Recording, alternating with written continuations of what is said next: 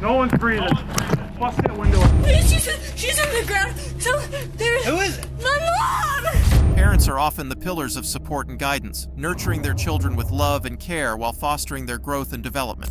They dream of their children achieving success and happiness, often overlooking minor faults and shortcomings in the hope that they will grow out of them. But what happens when parents are confronted with the unthinkable, that their own child is responsible for a heinous crime? Starting with a case of MacKenzie Shirilla, who was found guilty in the murder of her two friends in a car accident. MacKenzie Shirilla, Strongsville, Ohio, July 31st, 2022. A tragic car accident in Strongsville, Ohio, thrust MacKenzie Shirilla into the spotlight. MacKenzie, along with her boyfriend Dominic Russo and their friend David, had been out celebrating at a house party.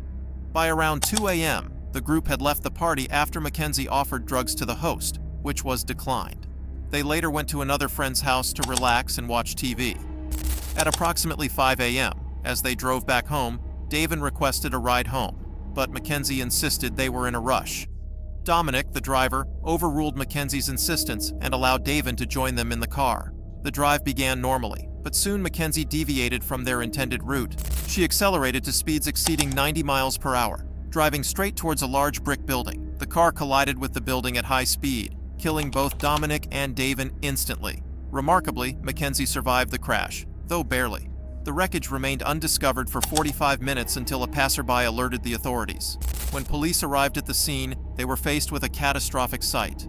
The car was severely damaged, with MacKenzie the sole survivor, despite the severity of the crash. The emergency responders worked urgently to extract her from the wreckage. Inside the car, police found evidence of drug use, including marijuana, mushrooms, and drug paraphernalia.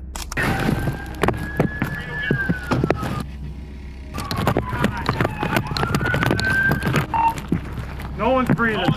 Bust that window out. Alright. Oh my God. Who can hear my voice? Who's in here? Drivers.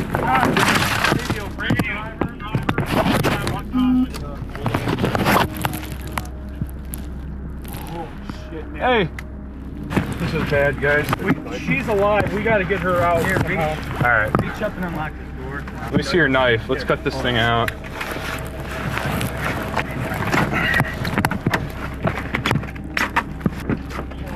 There you go.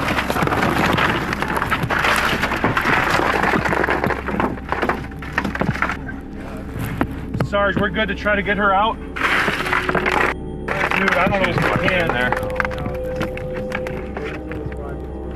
Let's see if we can get some IDs, guys. 24, go ahead.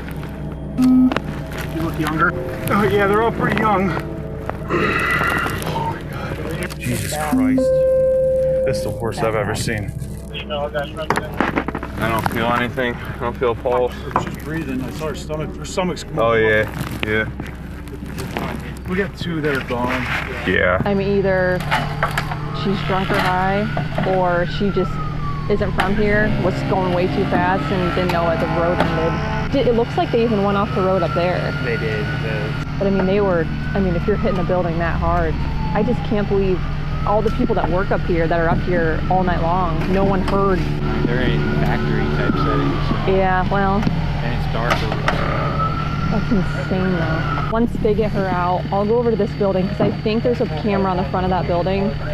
I don't know if it's working, but I can always ask. MacKenzie was flown to the nearest hospital by helicopter, where her parents, Natalie and John Shirilla, were informed of the accident. They were shocked to learn that their daughter was involved in such a severe incident, with Dominic and David having been killed in the crash. As MacKenzie was recovering in the hospital, investigators began piecing together the events leading up to the accident. Initial assumptions suggested the crash was a tragic accident. Dave, what did they tell you? Nothing. She just Okay, she was life flighted here. Yeah, I wouldn't know that. Okay. No. What was there? You want to sit down? Oh my God. Wait to say this. Progress in Alameda, car into a building. Two are deceased in the vehicle. Daughter's driving. Who died? I don't know whether, but there's one that we don't know. His name's Jacob. Does anyone know a Jacob? Dom? No, stop. Let him talk. Guys, I know, we've been dealing with this. Your daughter's okay. She's talking to us. I talked to her, okay? Your daughter's alive, okay? Your daughter's alive. She was driving the vehicle, okay? Who was that? Jacob and who? I think, what's the name you said? Might be. Oh my God. Stop. What's his relation to you? boyfriend. Okay, yeah, then Dom was in the car. Stop. Oh my God. What? Are you kidding me? It's right now, it's an ongoing investigation. Speed is definitely a factor. So are drugs. Dom is dead? Dom is dead? Is that what you're saying to me? Look at me. Is Dom dead? Is dead? There's always a way for me to say anything right now, man. Dom, This is a serious situation. Dom with curly. Are you the same Dom? Maybe it's a different Dom. It could be a different Dom. Might be a different Dom. What's that? Does she know about their third? No, not at all. We're gonna keep it that way for. Okay, she's getting worked on now. Okay. Call boss. Hey, so she's not gonna be up for a long time. She's in surgery. However, the discovery of drugs and MacKenzie's erratic behavior raised suspicions. Police learned that MacKenzie had been using psychedelics and had been known for her unstable behavior. Witnesses described her as having a volatile temperament, particularly in her relationship with Dominic, with whom she had an on and off relationship marked by arguments and threats. A deeper investigation revealed a troubling pattern. Friends of MacKenzie reported that she had a history of threatening behavior towards Dominic and had even attempted to use voodoo to control him. This unsettling information led investigators to believe that MacKenzie's actions on the night of the crash might have been premeditated. They found that MacKenzie had been arguing with Dominic in the days leading up to the crash, which might have contributed to her reckless driving. Further scrutiny revealed that MacKenzie had taken measures to protect herself during the crash, such as wearing her seatbelt while her passengers had not. This detail suggested she might have anticipated the collision and intentionally avoided harm to herself. Evidence from the car's black box indicated that MacKenzie had pressed the gas pedal to its fullest extent as the car approached the building. This high-speed maneuver, coupled with the lack of braking, pointed towards a deliberate act rather than an accident. Understand you're not under arrest. Yeah. You walk out anytime you want. We have approximately 10 questions that we wanted to ask you. And so, how long were you guys in a relationship, you and her? Well, we were all friends in a friend group at first. I ended up dating her for a little bit, like probably over the summer. I was only dating her for probably like a month and a half or like 2 months. And then me and Dom found out that she was cheating on us basically, but it wasn't like anything official, so it wasn't no hard feelings like with whatever happened. I just kind of was like, after me and Dom found out about that, we didn't have no problems with each other and nothing, but like they were on and off, and I kept on talking to her still while they were on and off because we were all still in the friend group and stuff. So, and then we kind of just like stopped being intimate, you know what I'm saying, and we're just friends. So, describe the relationship. What was she like as your girlfriend? Like, I didn't really have much with her relationship-wise because we didn't date that long, but like friend-wise, like she was crazy. Like She like mentally just not all there? I mean, yeah, I don't think she's just mentally all there. Like I personally feel like she was trying to kill herself in that crash, and she failed. On August 6th, 2022, a week after the crash, police received reports of a disturbance at the Shirilla household. MacKenzie's father expressed concerns about her mental state and suggested she might need a psychological evaluation. Despite her outward attempts to move past the incident, including applying to a modeling agency and attending a Halloween party dressed as a corpse, MacKenzie's actions continued to raise alarms. Her macabre choice of costume and her public display of Dominic's belongings further unsettled those around her. Detectives continued to unravel the details of MacKenzie's behavior and relationships. Interviews with her friends and Dominic's family painted a picture of a troubled individual who might have viewed the crash as a means to escape her tumultuous relationship. This perception, combined with the evidence of deliberate speeding and lack of braking, led authorities to conclude that MacKenzie's actions were not accidental. Hi, MacKenzie. Step out for me. I'm Detective Jesus. I'm the one who's been investigating the crash. You're under arrest for aggravated murder ×2, okay? Nobody's gonna ask you any questions. Nobody's gonna bother you. Can I have your key, please? Could you please be careful taking this one off so it doesn't break the bracelet, please? You got it. You got it. Why doesn't she get a phone call? If you arrest her, why don't she get a phone call? She was just brought in. They're going to process her. As soon as they get the time for her to make a phone call, she will be able to make a phone call. She's a lawyer. She does have a lawyer. She is 18 years old and she could speak that. Yeah, but she's a dumb 18-year-old that just turned 18. Well, and these guys are going to take advantage of her. She's not allowed to speak to you guys. I'm telling you that. Her attorney can call us. Don't ask her any questions. She's not allowed to speak. On August 14th, 2023, MacKenzie Shirilla's fate was sealed in court. This is the type of evidence you can never unsee. You can never forget the visual or audio of this exhibit. It's chilling and tragic. As you review that exhibit, you know that you are watching the oncoming deaths of two people, and there's nothing that will stop it. Exhibit 802 crystallizes the deadly decision-making of the defendant. She morphs from a responsible driver to literal hell on wheels as she makes her way down the street. The mission was death. MacKenzie alone decided to push the pedal to the floor and demand the ultimate speed of that vehicle to 90 to 100 miles per hour.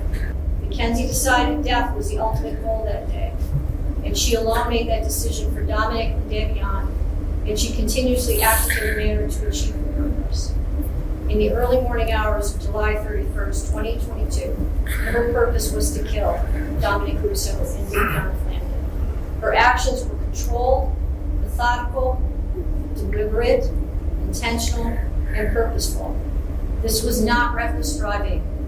This was murder. The judge delivered a verdict of guilty on multiple charges, including 4 counts of murder, 4 counts of felonious assault, 2 counts of aggravated vehicular homicide, 1 count of drug possession, and 1 count of possessing criminal tools. MacKenzie was sentenced to 15 years to life in the Ohio Reformatory for Women, with her first chance for parole set in October 2037. Wait for this next case, which is more shocking than the above one. Sidney Powell, Akron, March 3, 2020. This all began when Ohio police responded to a 911 call from an address in Akron, where they discovered Brenda Powell lying on her kitchen floor with 30 stab wounds to her neck. Her daughter, Sydney, was also present and claimed that a home invasion had led to the brutal murder of her mother. Despite Sydney's injuries, the police were suspicious, as certain elements of her story did not add up. Brenda had been on the phone with one of Sydney's college professors at the time of the attack. During the call, Brenda began screaming before the line went dead. When the professor called back, someone who claimed to be Brenda answered, but he suspected it was Sydney pretending to be her mother. Fearing the worst, he contacted the police, who arrived promptly. Inside the house, police found evidence that contradicted Sydney's story. There was a broken window at the back of the house, but blood had dripped on the outside of the window, suggesting it had been broken after the attack. Sydney's claim that the intruder used the window to enter the house was immediately questioned.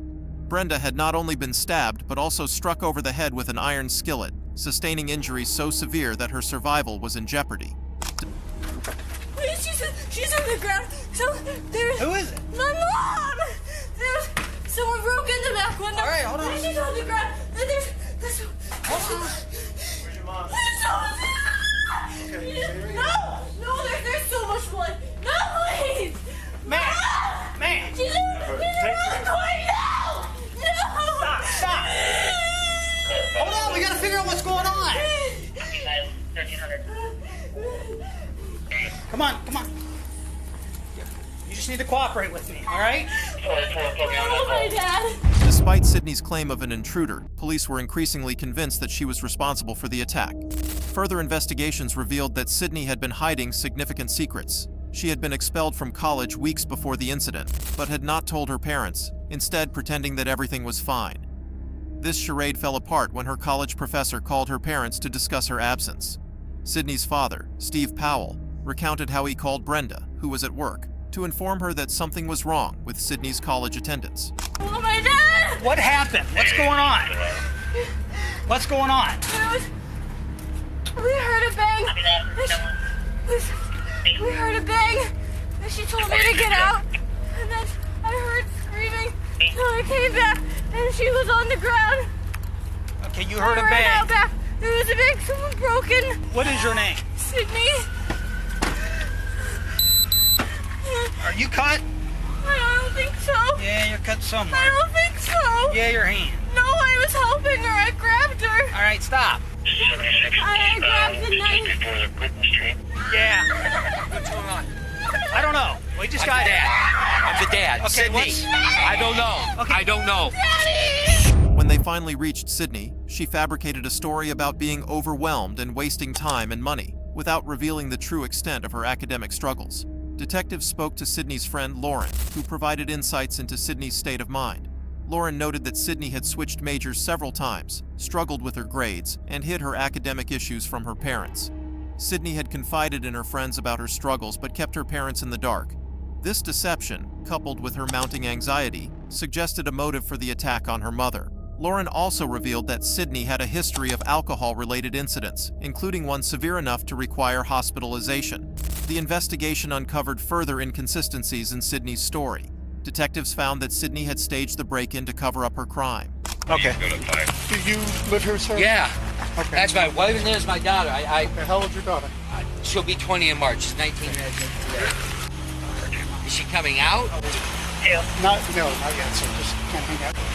Sydney, can you tell me what happened? Huh? Who'd you get a call from? Yeah. Got a call from him, called me. Oh, okay. He said there was a call, went out, a distress call from the University of Mount Union where my daughter was going, and said, female in distress. I said, well, that's funny because Brenda's there, my wife. So I called Brenda, and it rings on the cell phone, no answer. I call Sydney back, rings, no answer. I call Brenda back, ring, no answer. I'm pacing around. I call G back, and as I'm on the phone with him, telling him there's no answer, my doctor calls me back. He said, oh, Mom's on the phone with Mount Union. I said, well, cops are on the way. And she went, there's a break-in, and she just started going off. She said, what? She said, there's been somebody broke into the house. There's blood everywhere. She was hysterical and crying. So at first, when you talked to her, she said that your wife was on the phone with Mount Union. Yes. And as soon as I said... The evidence indicated that Sydney had snapped when Brenda was on the phone with her professor, fearing that her lies would be exposed. In a fit of rage, she had attacked her mother with the skillet and then stabbed her repeatedly. Sydney's attempt to impersonate her mother on the phone and the subsequent staging of a break-in were desperate efforts to deflect suspicion. Clearly they think Sydney did this. I lost 2. She's going to jail forever. Wife's dead. You know, they're going to do everything they can to make sure that they find out exactly what happened. Nothing's definite as of yet. They still have to do their investigating. And where's Andrew? He was sitting out there by himself, or is he with? Family, they're supposed to be. Well, yeah, I don't want anybody in here with me when I talk to him. I don't want anybody. I just want me and him. That's legal. I don't care. You don't want any of us? I don't want any of you. No, I just want Andrew. So you just come and get us when you're ready, okay? As the case progressed, Sydney claimed to have blacked out during the incident, arguing that she could not remember anything, including attacking her mother. She attempted an insanity defense, but the jury was not convinced. The evidence against her was overwhelming. The medical examiner confirmed that Brenda had died from blunt force trauma to her head and multiple stab wounds to her neck, ruling her death a homicide. During the trial, it was revealed that Sydney had been leading a double life, telling her friends one story and her parents another. Her parents believed she was still attending college, while her friends knew she had been struggling. This duplicity was central to understanding the pressure Sydney felt, which ultimately led to the tragic events of March 3rd. The jury found Sydney Powell guilty of 2 counts of murder, 1 count of felonious assault, and 1 count of tampering with evidence. Sydney Powell was sentenced to life in prison with the possibility of parole after 15 years. That's all for this video. We hope you have found this video informative and interesting. What are your thoughts about these cases? Let us know in the comment section. Make sure to subscribe to our channel and hit that bell icon for more interesting videos like this. Thank you for watching our video of